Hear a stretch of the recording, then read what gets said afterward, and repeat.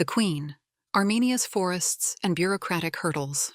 Article by Hranoush Dermoyan, published on December 10, 2025, on EVN Report. It's not every day that royalty visits Armenia. In mid-October, Belgian Queen Matilda, a UN Sustainable Development Goals advocate, paid an official visit that coincided with a moment of growing attention to environmental issues. As Yerevan prepares to host the COP17 Biodiversity Summit in fall 2026, that spotlight has only sharpened focus on Armenia's unresolved environmental challenges. While the country is expected to make new pledges next year, it still struggles with a long list of unfulfilled environmental obligations. Bureaucratic hurdles, legislative gaps, and competing interests often hamper progress, particularly in forest restoration and replanting. Forests were also a focal point of the Belgian Queen's visit. Beyond highlighting Armenia's SDG efforts, she planted a seedling at a site slated to become the Belgian-Armenian Forest, funded by the Belgian-Armenian community, which will hopefully grow into a forest within the next decade. A handful of reporters were invited to cover her visit to a new forest planting site in Armenia's Gegarkunik region, organized by My Forest Armenia, one of the few NGOs in the country dedicated to reforestation. Since 2020, the organization has planted over 800 hectares of forest across different regions of Armenia. We set off from Yerevan to Gegarkunik early in the morning. During the 1.5-hour ride, the main topic was the environment and forests. A representative of the NGO told us about their work, how they gather seeds from forests and grow them into trees, and how they involve local communities to create jobs and build a sense of ownership, so residents are less likely to cut down the forest later. Beyond deforestation and slow progress in reforestation and afforestation, tree planting on previously non-forested land, Armenia also faces a persistent problem of illegal forest cutting. We were driving through one of the country's harshest, most exposed regions, where the hills lie bare for miles. The irony wasn't lost on me as we passed the stretch of the Yerevan-Sevan highway I find most unsettling, the section where hills have been carved up for mining ore. When we arrived at the planting site, a few kilometers from the village of Chagkunk, the landscape was nothing but bare hills with patches of brown grass and scattered shrubs. It was hard to imagine that in a decade, these hills could be covered by forest. We could see only a small part of the 29.4-hectare area designated for planting.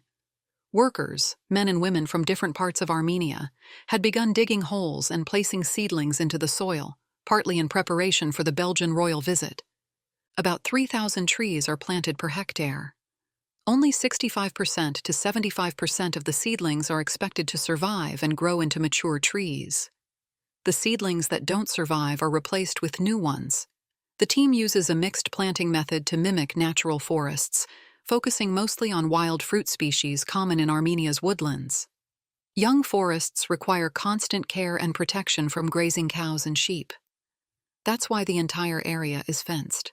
While the organization tries to employ locals whenever possible, they struggle to hire a local workforce in Gegarkunik. Workers have to travel over an hour from Lori regularly to tend the forest.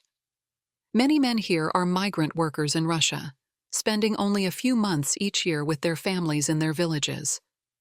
The region is also quite conservative, and women likely refrain from seeking formal employment. They're responsible for managing their homes and farms while the men are away. However, planting a forest is only one part of the challenge. One might assume that obtaining permits for afforestation would be straightforward in a country that has suffered significant deforestation. But as Andrei Gumuchjian, the founder of My Forest Armenia, explains, the reality is far more complicated. We have some support from the government, but no financial support, he said. The problem is mainly solving all the regulatory issues, permits, and so on. According to Gumuchjian, forests can only be planted on community-owned land, and the community must agree to allocate the territory, something that isn't always straightforward. We wanted to plant on state lands, but when we asked for permission, they said we couldn't because these are special lands in the cadaster. By law, they cannot give it to us since we would be doing something else with it, planting a forest, not a pasture. The process grows more complicated when mining companies show interest in the same land. My forest, for example, couldn't obtain a permit to plant trees near Spitak due to possible mining interests. There is also competition with mining companies that want to explore the land for gold exploitation, Andre added. The gold is on the ground, not in the ground. Our forests, that is the gold. For now, there is no clear solution. Maybe first change the cadastre status and then plant, but this is also difficult. There are a lot of administrative problems, he said. The Forest Association of Armenia is working to amend the regulations and make the process easier. But, as Andre noted, everything moves forward very slowly. I hope the state will listen. This highlights a central dilemma Armenia faces. On one hand, the country urgently needs forest cover, given the growing impacts of climate change and the lasting consequences of deforestation in the 1990s. On the other hand, for a small, landlocked country that continues to face security challenges, mining remains an important sector, and for reasons ranging from national security to much-needed revenue, it is likely to remain so. Gumuchjian's motivation stems from a desire to reduce his own environmental footprint and address the global crisis. We all destroy the planet. We are emitting CO2, less in Armenia, more in Europe, but climate change will affect the younger generation. It is an ethical question. I have to at least compensate for the degradation I caused by planting trees. For Armenia, forests are also vital for water security. 75% of the world's drinking water comes from forests, he explains. This is a security issue. Our neighbors are not going to give us water. That is the motivation. Andre also hopes the Queen's visit will raise awareness and encourage more people to join the project. Forest goals off track. While the Armenian government has set ambitious reforestation goals, it appears to be in no hurry to fulfill them. Officially, Armenia's forest cover stands at 11.2%, but the real figure is closer to between 7 and 9%. Under the Paris Agreement and its 2021 to 2030 Nationally Determined Contributions, NDCs, the country has committed to increasing forest cover to 13% by planting 50,000 hectares by 2030.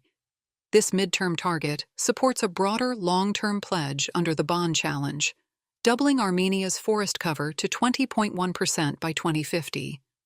Reaching that goal will require afforesting an additional 265,000 hectares, bringing the country's total forested area to roughly 600,000 hectares. Given these commitments, one would expect Armenian authorities to show greater interest in NGO-led reforestation initiatives. With only 5 years left to meet the deadline for planting 50,000 hectares of forests, Armenia is falling behind, and the trees planted through government initiatives are in dire condition. In a recent investigation, HETC reported that the promised volumes of reforestation and tree planting have not been achieved. Only about 1,000 hectares of forest plantations have been established in Armenia's forested areas. Forestry expert Ahizer Gazarian told HETC that forest plantations are officially considered forests only when the crowns of the saplings join to form a closed canopy. Under Armenia's reforestation and afforestation regulations, such canopy closure is estimated to occur 7 to 12 years after planting for both coniferous and broadleaf species. This means that even if 49,000 hectares are planted in the fall of 2025, by 2030, those areas would still be only 5 years old and ineligible to be classified as forest, even under ideal survival and growth conditions. Earlier in the year, former Environment Minister Jacob Simidyan explained that the government intended to increase afforestation in 2024, but was unable to because of financial issues. He stated that the goal for 2024 was to plant 1,000 hectares of forest, but only 334 hectares were planted. In 2023, 314 hectares were planted. For 2025, the state plans to establish just 200 hectares of forest. HETC has visited several of the areas where forests have been planted and found a pattern of systemic failures in state-funded and donor-supported afforestation projects, failures that cast serious doubt on the country's ability to meet its reforestation goals. In a forest planting site near the village of Metsavan in Lori region, a 30-hectare plot planted with 90,000 seedlings in 2020 has been reclaimed by livestock. The area, once fenced with barbed wire, has turned into open pasture land. With the fencing collapsed and unrepaired, herds move freely across the site, grazing on the surrounding vegetation and the seedlings themselves. 5 years later, the land bears no resemblance to a future forest. Just a short distance away, another Metsavan site reveals a similar pattern of mismanagement. In 2022, authorities reported that more than 60 hectares were planted under a state-funded program and a compensation agreement with Myler Mountain Resorts, whose construction had required clearing part of the nearby woodland. Although the area remains fenced, 2 sections are swampy, making seedline survival unlikely. Satellite analysis shows that the reported planting area is overstated. The actual total does not exceed 50 hectares, including the swamp patches. The same problems appear in Hranoush region, where authorities announced a 10-hectare afforestation site near Hranoush in 2020. They added more seedlings in 2021. Yet 5 years later, the site shows no sign of a developing forest. Nearly all seedlings have died, leaving only 1 or 2 struggling plants. Failures extend to Aragat-Satan as well. In the Bureaucratic forestry unit, 1 hectare planted in 2021 with financing from Swiss Bank now stands neglected. Fencing has collapsed, and there is no evidence of weed control or routine care. A further 2 hectares were planted in 2022 with state funds. Here, too, the results are bleak. No forest layer ever formed. Seedlings were neither irrigated nor maintained, and parts of the fence collapsed again. These examples reveal a deeper structural problem. Planting events are prioritized, but long-term stewardship is not. Sites are selected without proper ecological assessment. Maintenance is sporadic or entirely absent. Fencing collapses without repair, and livestock movement remains unchecked. Even when officials publicly champion afforestation efforts, the seedlings are left to fail quietly once the cameras are gone. The consequences are evident. Misreported acreage, planting on unsuitable terrain, and the absence of basic protection or irrigation mean that in many locations, not a single functioning forest planted under government programs has taken shape. As Armenia works toward ambitious commitments to expand forest cover, the gap between official announcements and on-the-ground outcomes continues to widen.